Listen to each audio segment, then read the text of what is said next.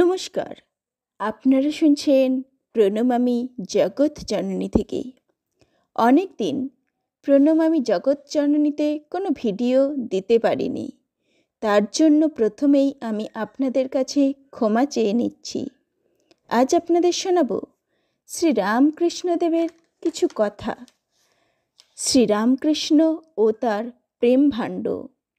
আপনারা শুনছেন প্রণমামী জগৎ জননী থেকে।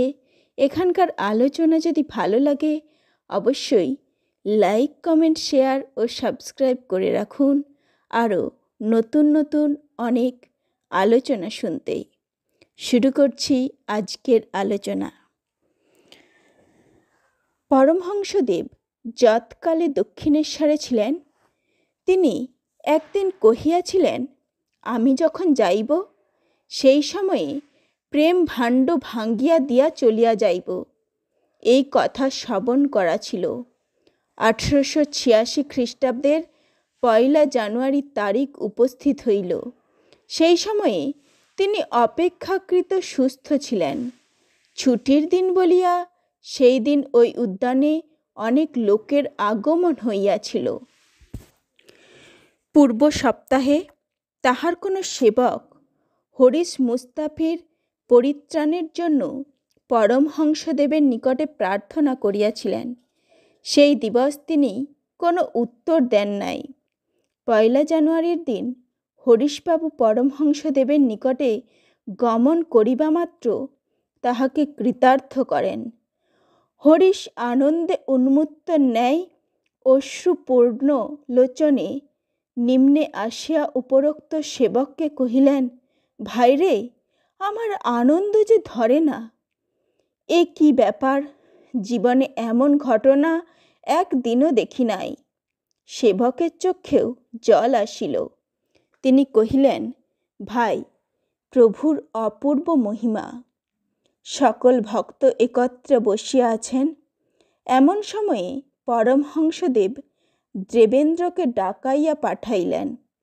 দেবেন্দ্র ফিরিয়া আসিয়া কহিলেন, পরমহংসদেব জিজ্ঞাসা করলেন, রাম যে আমায় অবতার বলে, এ কথাটা কি তোমরা স্থির করো দেখি।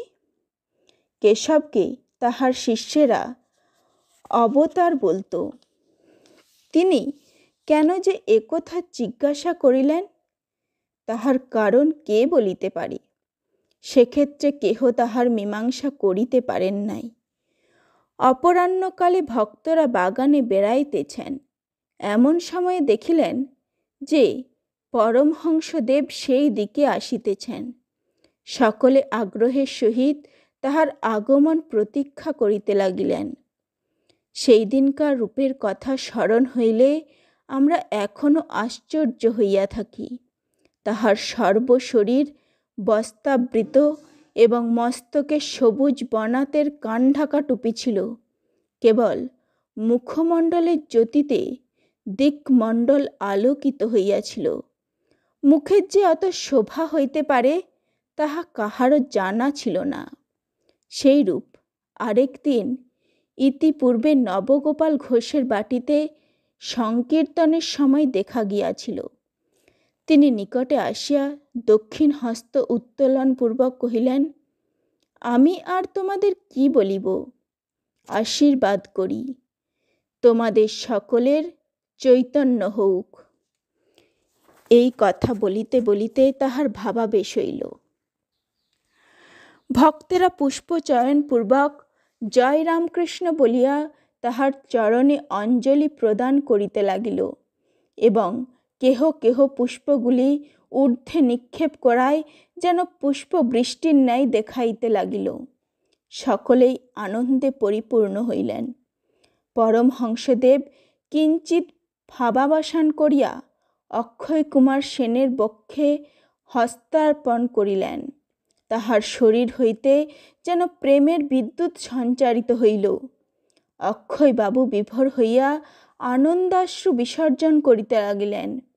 তৎপরে নবগোপাল ঘোষ, উপেন্দ্রনাথ মজুমদার, রামলাল চট্টোপাধ্যায়, অতুল কৃষ্ণ ঘোষ গাঙ্গুলি প্রমুখ কয়েকজনের পরিত্রাণ হইলে হরমোহন মিত্রকে সম্মুখে আনয়ন করা হইল।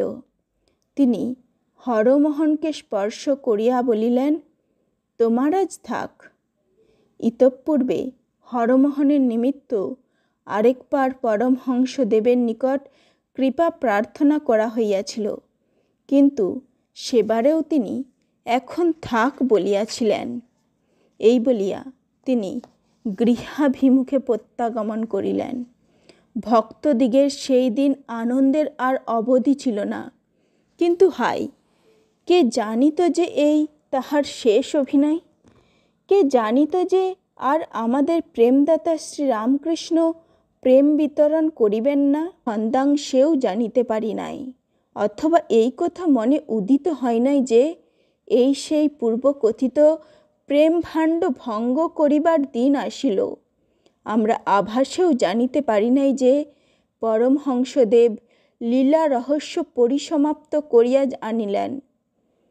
মনের কত আশা, কত ভরসা, কতই হইবে, কতই দেখিব, সেই সকল যে এক কথায় সম্পূর্ণ করিয়া দেবেন, তাহা কেহ আমরা স্বপ্নেও ভাবি নাই। আমরা আনন্দ করিয়া লইলাম, আমাদের স্বার্থ চরিতার্থ হইল, শান্তি আসিয়া সকলকে অধিকার করিল। সেই দিনকার রঙ্গভূমির যবনিকা পড়িয়া গেল। জয় ঠাকুর শ্রীরামকৃষ্ণদেব, জয় মা, জয় স্বামীজি। নমস্কার। আজ এই পর্যন্তই। এতক্ষণ সকলে সাথে থাকার জন্য আপনাদের অসংখ্য ধন্যবাদ।